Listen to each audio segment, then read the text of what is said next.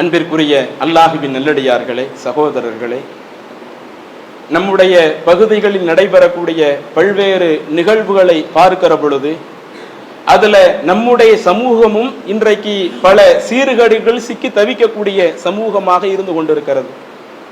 பொதுவாக இஸ்லாமிய மார்க்கம் மனித வாழ்க்கைக்கு தேவையான அத்துணை விஷயங்களையும் வழிகாட்டி இருக்கிறது. ஒரு மனிதன் பிறந்ததுல இருந்து அவன் மரணிக்கக்கூடிய கடைசி காலகட்டம் வரை என்ன செய்யணும், என்ன செய்யக்கூடாது, என்ன செஞ்சா அவனுடைய உலக வாழ்க்கை சிறப்பா இருக்கும், மர்ம வாழ்க்கை சிறப்பா இருக்கும், என்னது ஒரு மனிதனுடைய வாழ்க்கையை நாசமாக்கும் என்ற அவ்வளவு விஷயங்களையும் அல்லாஹு தஆலா நமக்கு அழகான முறையில வழிகாட்டி இருந்தும் இன்றைக்கு நம்முடைய சமுதாயம் பல நேரங்கள்ல இஸ்லாத்தினுடைய சட்டங்களை ஒழுங்காக கவனிப்பதில்லை. அதற்கு உதாரணத்துக்கு சொல்வதாக இருந்தால், கடந்த வாரம் மயிலாடுதுறை மாவட்டத்தில் நடந்த ஒரு நிகழ்வு. போலீஸ் ஸ்டேஷன்ல நம்முடைய சமூகத்தை சேர்ந்து சில பெண்கள் போய் மனு கொடுக்கறாங்க. ஆண்களும் அங்க போலீஸ் ஸ்டேஷன் வாசல்ல நின்று ஒரு போராட்டத்தில் ஈடுபடுவதை போல தங்களுடைய கருத்தை மக்களுக்கு மத்தியிலே பதிவு செய்கிறார்கள். அதை நாம சமூக வலைதளங்கள்லையும் பார்க்க முடிகிறது, செய்தி சேனல்கள்லையும் பார்க்க முடிகிறது. அந்த செய்தியினுடைய சாரம்சம் என்ன? என்னை இந்த இஸ்லாமிய சமூகத்தில் உள்ள ஒருவன் ஏமாற்றி விட்டான், என்னை மட்டுமல்ல என்னை போல ஒரு 10 பெண்களை ஏமாற்றி இருக்கிறான். நான் ஆரம்பத்தில் என்னுடைய ஒரு பெண் நண்பர் மூலமாக இவருடைய ஒரு பழக்கம் கிடைத்தது. அவர் என்னிடத்துல போன்ல பேசினாரு.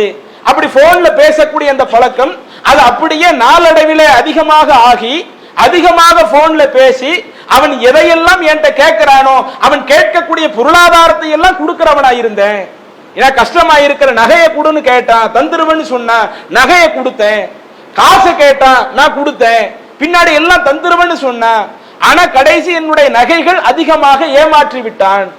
அதற்கு பிறகுதான் அவனுடைய வரலாற்றை எடுத்து பார்க்கிற பொழுது திருமணம் செய்த பல பெண்களை குறியாக வைத்து அவனும் அவனுடைய குடும்பத்தார்களும் இதையே ஒரு சதி திட்டமாக தீட்டி இப்படி பல பெண்களை ஏமாத்தி யாரெல்லாம் அந்த திருமண வாழ்க்கையில அந்த கணவன் மனைவியோடு சின்ன சண்டை சச்சரவுகள் இருப்பாங்களோ, அந்த கணவன் மனைவி உறவு முறை என்பது சண்டை சச்சரவு இல்லாத உறவு முறையா இருக்கணும். அதுல யாரெல்லாம் சண்டை சச்சரவுல இருப்பாங்களோ அதை அறிந்து கொண்டு சம்பந்தப்பட்ட பெண்களிடத்துல பேசி ஆறுதல் சொல்ற மாதிரி சொல்லி அவங்களிடத்துல இருந்து நிறைய பொருளாதாரத்தை எடுத்திருக்கிறான் என்கிற அந்த செய்தியை நாம செய்திகள்ல பார்க்கிறோம். இதை நீங்க கொஞ்சம் கவனிச்சு பாருங்க. இஸ்லாமிய மார்க்கம் நமக்கு எப்படி வழிகாட்டுது? ஒரு ஆணா இருக்கட்டும், இது பெண்கள் இப்படி ஏமாற்றப்பட்டது இது ஒண்ணு. இதே மாதிரி ஆண்களை எவ்வளவோ ஏமாற்றிய பெண்கள் இருக்கிறாங்க. ஒரே நேரத்தில் 5 நபர்களை திருமணம் செய்து ஏமாற்றிய பெண் கைது என்று இதையும் சமூகத்தில் பார்க்கத்தான் செய்கிறோம். அப்ப இது போன்ற பிரச்சனைகள் எல்லாம் இன்றைக்கு மனித சமூகத்தில் இருக்கிறது என்று சொன்னால் அதற்கு என்ன காரணம்? அதிலும் குறிப்பாக நம்முடைய சமூகத்தில் உள்ளவர்கள் இது போன்ற பிரச்சனைகளை சிக்கி தவிக்கிறாங்கன்னு சொன்னா அதற்கும் என்ன காரணம்? நாம மார்க்கத்தை ஒழுங்கா கவனிக்கிறது இல்லை, அல்லாஹ் சொன்ன சட்டங்களை முறையா பார்க்கிறது இல்லை. ஒரு ஆண் பெண் எப்படி இருக்கணும், அந்நிய ஆணிடத்துல ஒரு அந்நிய பெண் எந்த மாதிரி நடந்துக்கிடணும், அவங்களுக்கு பேச வேண்டிய தேவை இருந்தாலும் அந்த பேச்சு வழக்குகள் எல்லாம் எப்படி இருக்கணும் என்று அல்லாஹ் வழிகாட்டுகிறானோ அந்த அல்லாஹ்வினுடைய வழிகாட்டுதலை நம்ம கவனிக்க மறுக்கிறோம். எல்லாம் இந்த அற்ப உலகத்துல மூழ்கி போறோம். என்றைக்கு நாம் இந்த மார்க்கத்தை விட்டு இறைவன் சொல்லக்கூடிய சட்டத்திட்டத்தை விட்டு எனக்கெல்லாம் மார்க்கமெல்லாம் நான் அடுத்து பார்த்துக்கிடுறேன், எங்களுக்கு இந்த உலகத்துல உள்ள சந்தோஷம் தான் முக்கியம், உலகத்துல உள்ள இன்பங்கள் தான் முக்கியம் என்று என்றைக்கு நாம் பயணிக்கிறோமோ அன்றைக்கே நமக்கு இது போன்ற பல சிக்கல்கள் இருக்கிறது. இது உதாரணத்திற்கு தான் இது போன்று. இன்னும் இப்படி நாம மார்க்கத்தை விட்டுட்டு போறதுனால நாம் இந்த உலகத்தில் சந்திக்கக்கூடிய இழப்புகள் ஏராளம் நமக்கு இருந்து கொண்டிருக்கிறது.